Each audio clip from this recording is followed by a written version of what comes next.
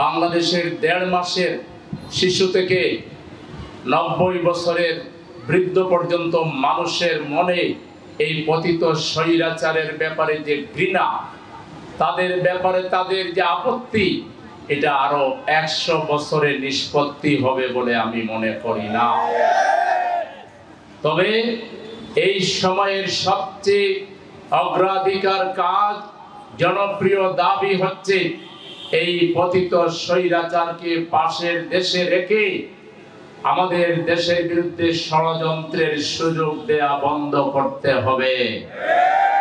অনতিবিলম্বে তাকে দেশে ফিরিয়ে এনে বিচারের মুখোমুখি করে তাকে কারাগারে ঢুকাতে হবে। পর্যায়ক্রমে তার সব শাস্তি সে যতদিন বেঁচে আছে তার উপর সেটা প্রয়োগ করতে হবে।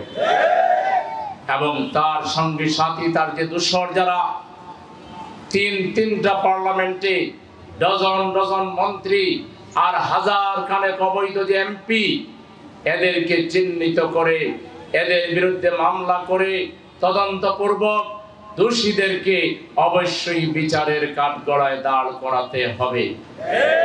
জামায়াতে ইসলামী তার জন্মলগ্ন থেকে সামাজিক সুবিচার এবং সার্বিকভাবে একটি ইনসাফপূর্ণ সমাজ বিনির্মাণের জন্য জামাত কাজ করে যাচ্ছে। জামাত শুধু মুখে স্লোগান দিয়ে তার দায়িত্ব শেষ করে নাই।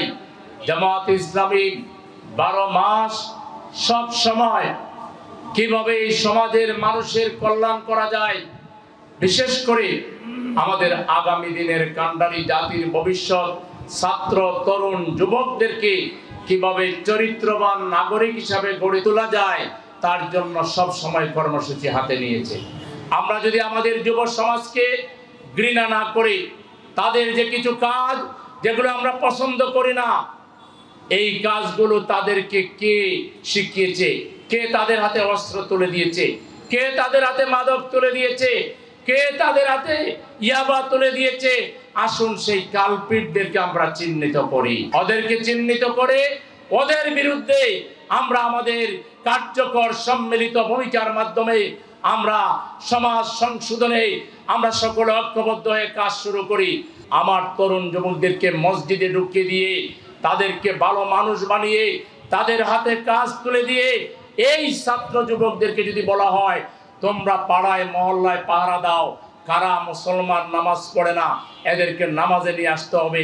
তরুণ যুবকরা যদি মুরব্বীদেরকে, অন্য যারা আছেন তাদেরকে বলে যে আমরা সিদ্ধান্ত নিয়েছি, তরুণ এবং যুবকেরা, বাংলাদেশের মুসলমান যারা, আমরা কেউ জামাতের নামাজের বাইরে থাকবো না, আমরা সবাই মসজিদে গিয়ে নামাজ পড়বো, কোনো আইন লাগবে না, পুলিশ লাগবে না।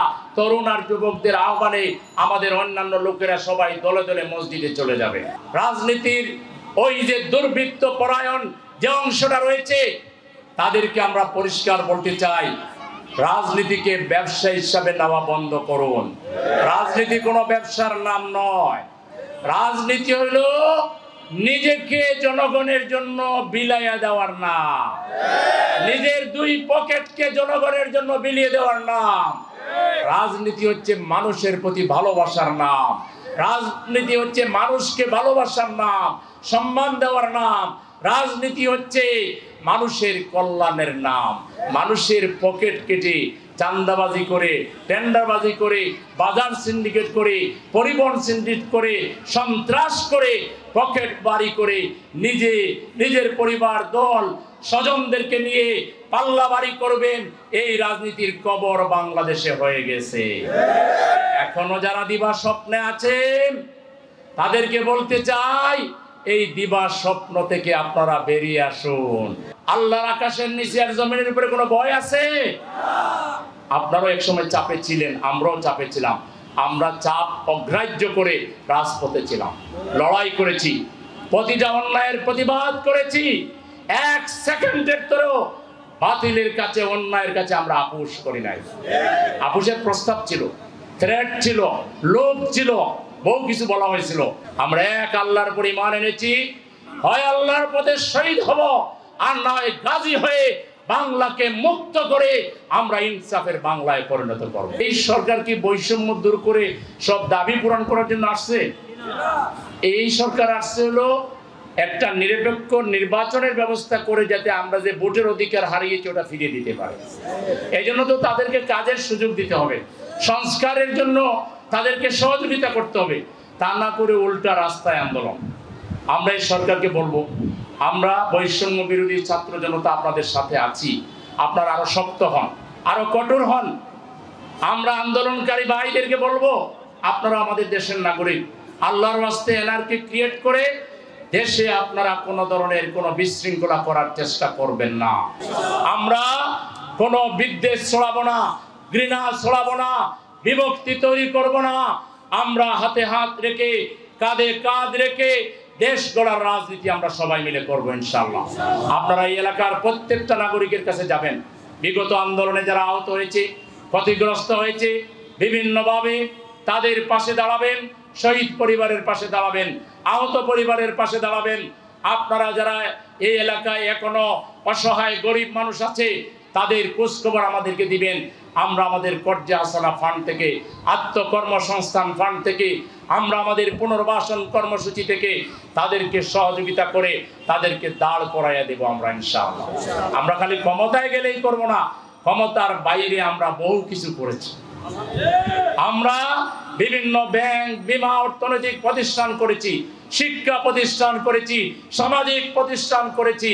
এর মধ্য দিয়ে বাংলাদেশের রাজনীতিতে, অর্থনীতিতে আমরা বড় ধরনের ভূমিকা পালন করে আসছি এবং আরো পালন করব ইনশাআল্লাহ।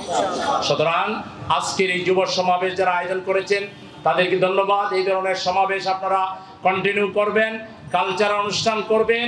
ইসলাম একটা কমপ্লিট কোড অফ লাইফ। এখানে খালি গলায় গান কেউ মানুষকে হাসানো যায়, মন মাতানো যায়, মানুষকে আল্লাহমুখী করা যায়, মানুষের মধ্যে ভালোবাসা তৈরি করা যায়, ঘৃণার পরিবর্তে, হিংসার পরিবর্তে মানুষের মধ্যে সামাজিক বন্ধন তৈরি করা যায়। এটা যে আমাদের সংস্কৃতিতে আছে, আমাদের কালচারাল গ্রুপ এটা দেখিয়ে দেবে ইনশাআল্লাহ।